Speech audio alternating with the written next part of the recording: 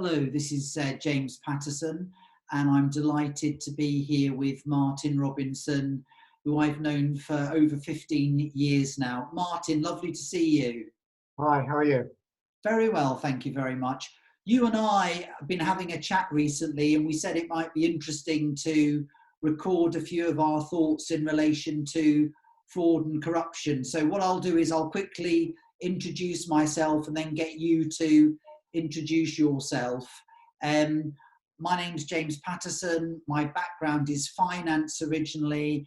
I was head of internal audit for AstraZeneca, and for the past 10 years now, I've been doing consulting and training on a range of topics. And Martin, say a little bit about yourself. Yes, hi, yes, I've been in the field of internal audit for about over 40 years now. Starting my career at Lloyd's CSB. For the last 15 years, I've been an independent risk consultant and trainer. But also in the last few years, I've really specialised in the subject of fraud and cybercrime, which I present very widely on. So I'm looking forward to this session with you, James. And also you're a member of the fraud advisory panel, Martin. So you're an important guy to talk about this. Indeed, and I try and keep very much up to date with the landscape of fraud in the UK and overseas, indeed. Wonderful.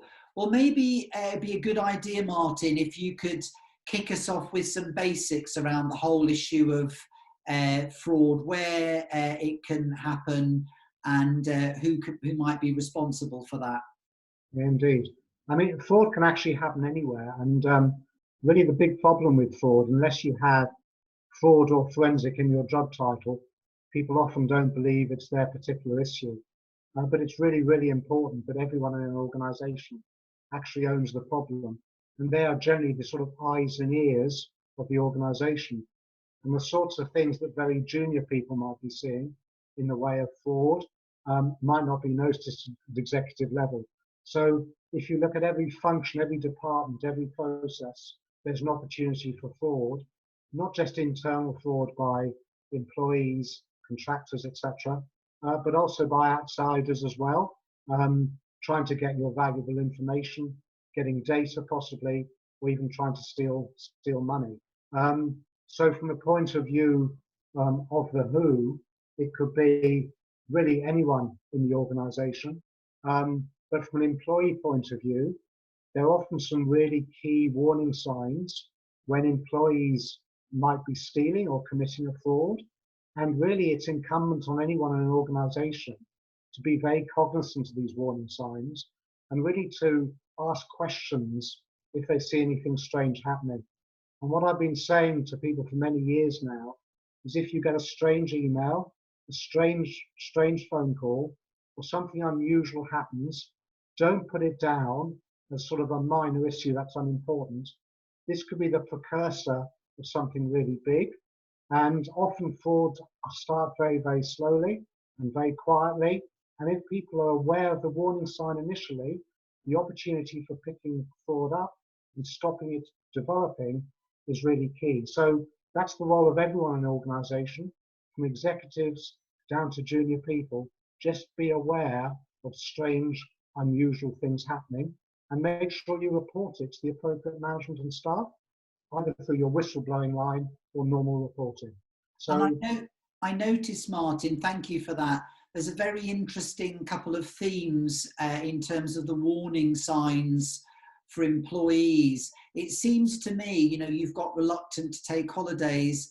There's something here about if you feel that an employee is a bit too closed, and then you've also got this business about people who are a bit aggressive, which I think is an interesting one. So you think it can be possible sometimes to think about what employees' behaviour is as a bit of a clue to maybe mentioning something to your manager. Is that right? I think it's absolutely right. And I really totally believe that the warning signs are often there, but people ignore the normal warning signs. However experienced one is, one notices changes in behaviour and body language, which might be a personal or domestic reason, but also it could be some sort of business reason, that they're under a lot of pressure, whether from a personal point of view or business point of view, which is encouraging them to do different things. So I think you're absolutely right, James. You can often see those signs, really. And it's important to respond and actually think a bit more carefully about the member of staff's behaviour, I think. Yeah. And then obviously, Martin, we're going to talk about employees, the internal fraud. But as you said earlier, this can also be happening externally. And again, what would you say on the theme of warning signs in relation to, say, contractors or suppliers? What kind of warning signs can be there? Again, it's you're right to ask that, James. Again, it's very much behavioural as well. As soon as you start dealing with people outside the company, the risks tend to be much greater because these aren't your employees. These are the people you don't know as well, and you're doing business with them based on a contract. So basically, lots of frauds are now committed through the procurement function, through the supply chains, and fraudsters appreciate the level of control is much thinner, really, when you're dealing with people outside. But it's the same sort of issues. Do you understand who you're dealing with? Do you trust the people you're dealing with? And are there checks and balances to identify when they aren't complying with the standards you've laid down? So it's a similar sort of issue, but the risk is much greater because they don't comply necessarily with your policies and procedures. So, James, I think you're right in asking that question. So procurement, supply chains open up a huge new area of risk, I think, in this area, and a disturbing area. Yeah. Yeah. Now, there's something that you mentioned, Martin. It's a model that many in the fraud prevention area will be familiar with, and it's called the fraud triangle, and it's been around for quite some time now. Yeah. And I'm not an expert at this, but just a kind of few key things. If you want to consider whether fraud can happen, the first thing to think about is there the opportunity? That could be internally or externally. Yeah. Is there pressure? Now, that might be, as you just said a minute ago, Martin, I need to do something to pay a rent bill or a medical bill that I don't have the money to pay. But it also might be a feeling of grievance in some way that means that I feel I need to get my equivalent of my bonus back. And then the other thing in this famous fraud triangle is people will often try to rationalize away what they're doing and feel that it's not unjust. I loved what you said a minute ago as well, Martin, about the fact that frauds tend to sort of start little and potentially build up. Anything else you would emphasize in terms of thinking about this fraud triangle, Martin? I think it's really the sort of rationalization as well, whether it's an internal fraudster or external fraudster. They're probably excellent risk managers, if you like, because they work out what the opportunities are. They also work out the rationalization, whether it's worth me even trying it. And it's really a balancing act. So the really good, particularly external fraudsters, the cyber criminals, do this superbly well. And they've worked out that if they try and hold up a bank and they get arrested by the police, they could go to prison for about 20 years. If they're basically doing cyber crime from home, the chance of them being identified is negligible. And if they're really, really unlucky, they could go to prison for 10 years. So cyber criminals particularly have done this rationalization thing brilliantly, and they've perceived how they can get away with much greater data, money, etc., at the least opportunity of being in prison. So that's a real sort of external example, I think, actually, of where you balance up the rationalization of doing something. So that's an important message to people watching this video, which is there is a disproportionate incentive, so to speak, towards cyber and other frauds, and therefore a lot of fraudsters feel that this is worth trying because it's not going to get caught or penalised so easily, if I'm hearing you correctly. Absolutely right. And whether you're doing it, from home or on the move, the chance of you being picked up is really negligible. And police forces around the world are being hit by a sort of an epidemic of cybercrime now. and no police force can cope with the deluge. We've really left it much too late to respond.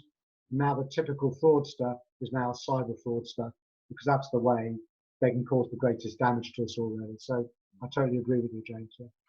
Very good. Now, something that I came across, I was asked to write something for the European Court of Auditors on root causes, and I found this framework, which I've adapted from Robinson and Bennett's. Different Robinson from you, though, I hear, Martin. I did think it was you.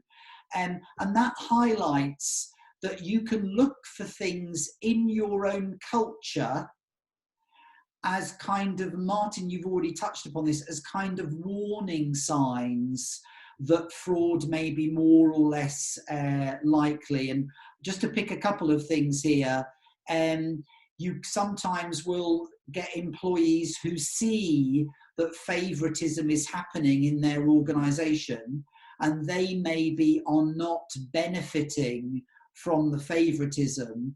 And just like you said, Martin, they might use the favoritism towards others as an excuse to justify their own right to commit a fraudulent act, effectively as payback for what they feel they deserve. Is there anything else that you'd like to highlight, Martin, from a cultural perspective, from your perspective?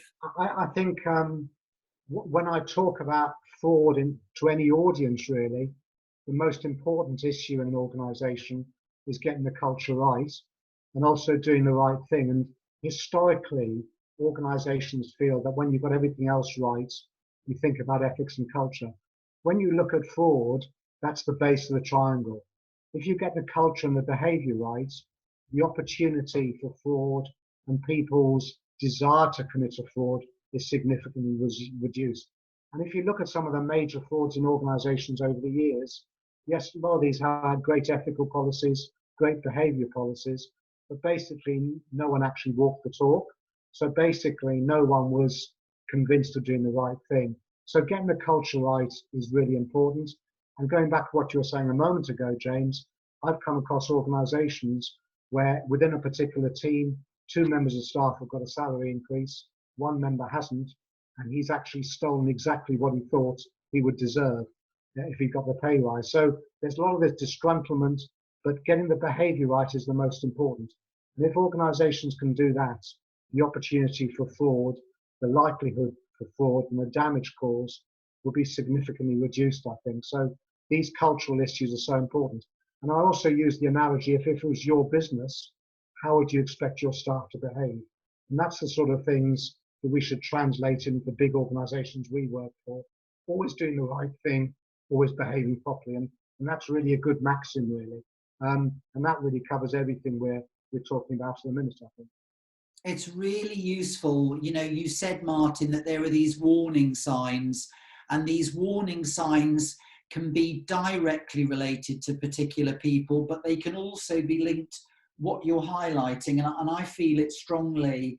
If you feel that people know that there are favourites and there's injustice, that's the kind of thing that can create a culture where, just as you said, people see it as an excuse to do their own bad thing.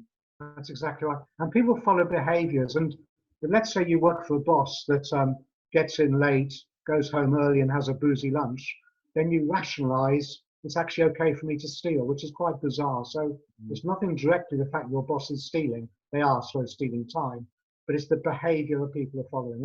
And that sends the culture of actually not doing the right thing, which could permeate the organisation. So you're absolutely right, James. It's really important. Very, very interesting and really helpful, Martin. We could talk a long time, but we've agreed to keep this fairly short, just as a taster for people. So, Martin, you said you'd say a few words about some of the latest stuff that's going on at the moment. Share a few anecdotes with us, please. No, well, so there's new scams all the time coming on. I mean, the ones in the last couple of years that have been particularly damaging, particularly mandate fraud, which is a very simple scam, which I'm sure many people have heard about, where supplier details are changed. So you get an email or a phone call from a supplier to say, from next week, could you pay all our invoices into this new bank account? The receiving organisation never checks the details. All the invoices are paid to the new bank account subsequently. Then you're chased by the supplier, we haven't been paid. And lo and behold, you've been paying all their invoices to a fraudster. And this has been around now for 5 years, 6 years. It started off in the local authority sector. The police warned everyone about it. Then it's went to the insurance sector. And it's such a straightforward, easy fraud to commit. And fraudsters are still gaining a huge fortune from that. The other one I want to pick on this particular list, or the other one of two, is the CEO scam, which has been around for about 2 years now. Typically happens late in the week, a Thursday or Friday, typically a Friday afternoon. Someone relatively senior in the organisation gets an email from the CEO. The member of staff knows that the CEO is away on business. The email says, as you know, I'm currently away in Barcelona. Could you possibly pay a supplier that I met or a new company that I met this money before I go? The scary thing about this is the email looks exactly like the CEO's email. He or she's copied in someone important in the organisation. So what does the member of staff do? They've had an email from their CEO on a Friday afternoon. Before they go, they've got to make this payment. Failing to follow the advice of a CEO could lead to disciplinary on Monday morning, so they pay the money out.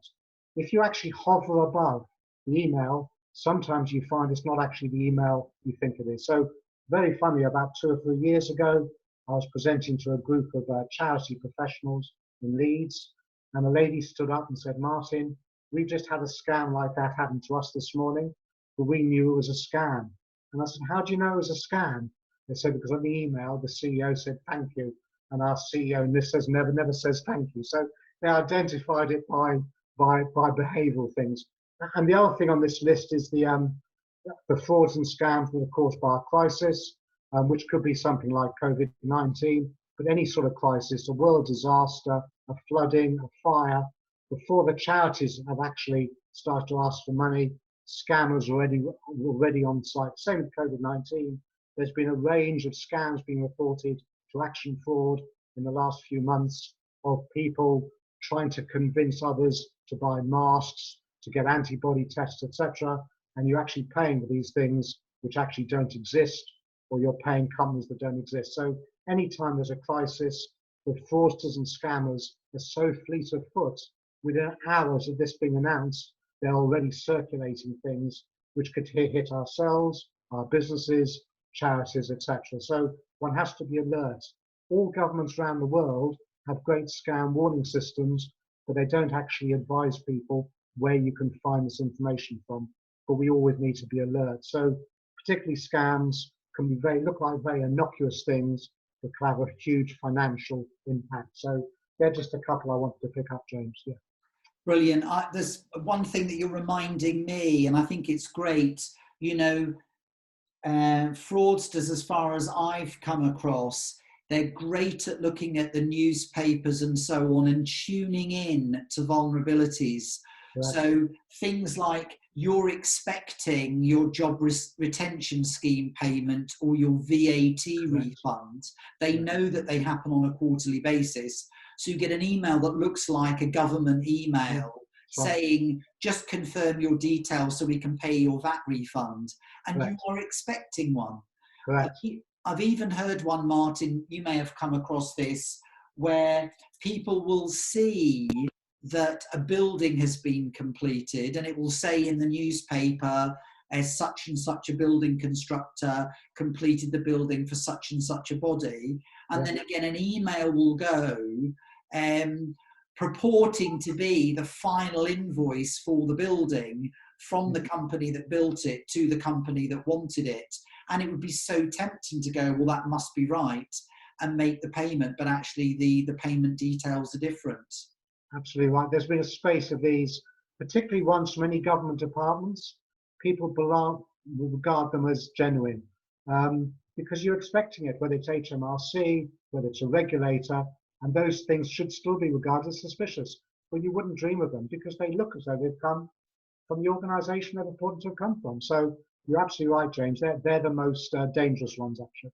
Lovely. And I know, Martin, you could talk more on this if people wanted to Absolutely right. talk to you. Let me Absolutely just right. say a couple of things. There's quite a well-known framework, which Martin and I are very familiar with, called the 3 lines of defence.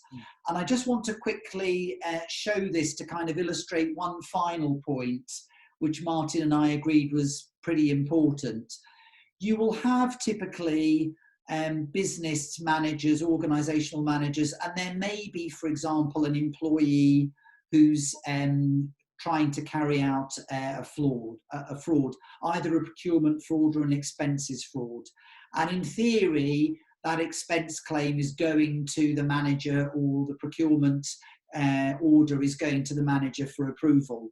That then will go to either the procurement department or the finance department for approval. And very often people might think, oh, well, I'm sure the procurement people will do something if they're worried about it. And so sometimes managers or senior managers don't really worry so much about what their employees do. After all, they're busy people.